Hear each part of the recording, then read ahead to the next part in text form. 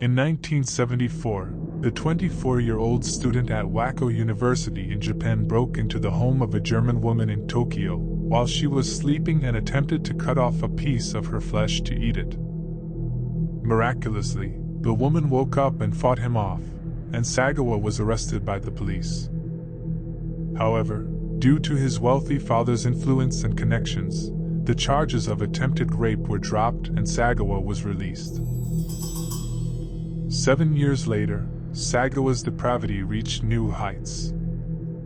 On June 11, 1981, Sagawa, then 32, invited his classmate Renee Hartevelt, a Dutch woman, to dinner at his apartment under the pretext of translating poetry for a school assignment. Sagawa planned to kill and eat her, having selected her for her health and beauty, characteristics he felt he lacked. He considered himself weak, ugly, and small. He later told reporters that he wanted to absorb her energy.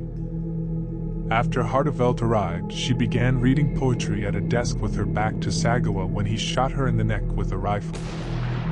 Sagawa said he fainted after the shock of shooting her, but awoke with the realization that he had to carry out his plan.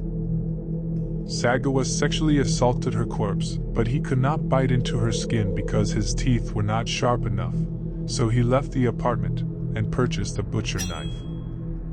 The cannibal consumed various parts of Hartevelt's body, eating most of her breasts, face, buttocks, feet, thighs, and neck either raw or cooked, while saving other parts in his refrigerator. Once the parts of her body that he did not consume started decomposition, he attempted to dump the remains of Hartevelt's corpse in a nearby lake, carrying her dismembered body parts in 2 suitcases. However, he was caught in the act and arrested by French police 4 days later. Upon his deportation back to Japan, Sagawa was committed to a mental institution, but his psychologists declared him to be sane. Despite the evidence against him, the murder charges were ultimately dropped due to a legal issue involving France refusing to provide documents from his case. Sagawa was able to check himself out of the mental hospital and has lived as a free man ever since, even becoming a controversial celebrity in Japan, writing over 20 books about his crimes.